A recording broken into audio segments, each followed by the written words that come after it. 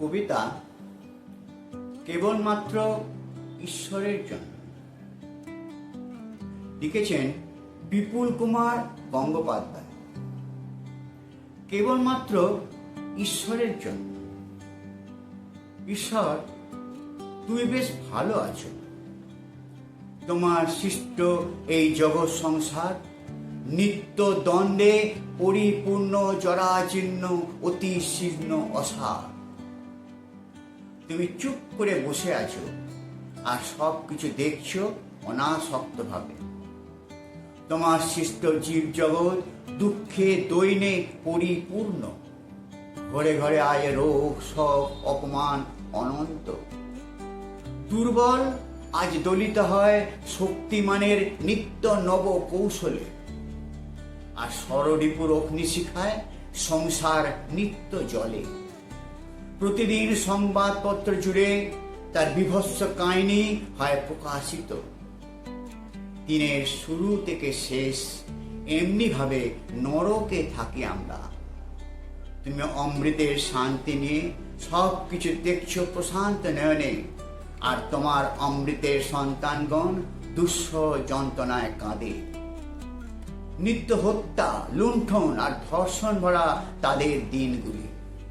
এভাবে জন্ম থেকে মৃত্যু পর্যন্ত বেঁচে থেকে কি লাভ বলো? তোমার অমৃতময় সৃষ্টির জগতে প্রতিদিনই তো মৃত্যু ঘটছে সুখ, শান্তি আর আনন্দে। জন্ম থেকে মৃত্যু আর মৃত্যু থেকে জন্ম, এই ভয়ঙ্কর কালচক্রে তুমি ঘুরিয়ে মারছো তোমার অমৃতের পুত্র কন্যাদের। অনাদি অনন্তকাল ধরে চলছে তোমার এই নিষ্ঠুরতম খেলা। আচ্ছা করুণাময় ঈশ্বর, তুমি যদি নাই বা সৃষ্টি করতে তোমার এই জীব জগৎ আর তোমার সন্তানদের, তাহলে কি ক্ষতি হতো বলো? তুমি একা তোমার বিশাল সৃষ্টির মাঝে থাকতে পরম সুখে, আর নিঃসঙ্গ প্রতিদিন তোমায় সঙ্গ দিত। কিন্তু তুমি একা থাকতে পারলে না, কারণ নিঃসঙ্গতার ভয় ও যন্ত্রণা তোমারও ছিল। তাই তুমি সৃষ্টি করলে এই অনন্ত জীব জগৎ আর রইলে সকলের সাথে নিঃসঙ্গতা ভুলে। কিন্তু তুমি রইলে সকলের অগোচরে পরম আনন্দে। তাই তোমার অমৃতের সন্তানগণ তোমায় দেখে না, জানে না, পায় না।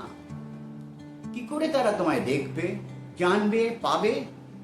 কারণ তোমার শ্রেষ্ঠ মায়া আর ষড়রিপুর সপ্ত শিখায় জ্বলছে তারা প্রতিদিন নিদারুণ ভাবে। তুমি নির্বাক, তুমি নিষ্ঠুর, তুমি শাশ্বত শান্তি নিয়ে দেখছো সব প্রশান্ত নয়নে তোমার এই প্রজ্বলিত সন্তানদের।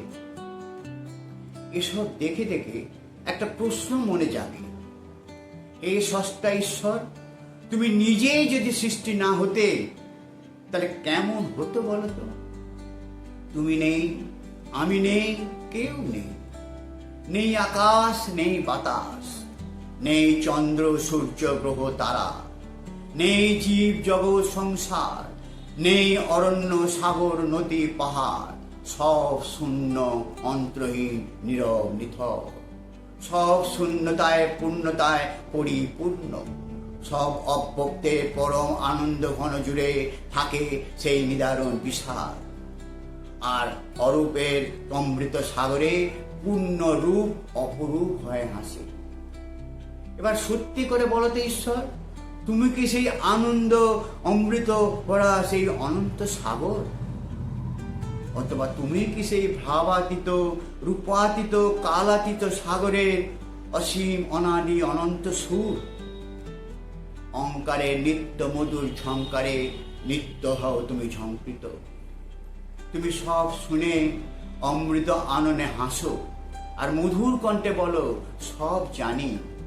কারণ সব প্রশ্ন যে আমারই জন্য, আর সব সে যে আমারই সব প্রশ্ন, আর সব উত্তরিত আমি। আমি নিরাকার, আমি সাকার, আমি জীব জগৎ সংসার। জন্ম, মৃত্যু, হাসি, কান্না, সুখ, দুঃখ সবই আমার। আমি ছাড়া কেউ নেই আর। তাই আমি তুমি মিলে শুধুই আমি, আমি আর তুমি।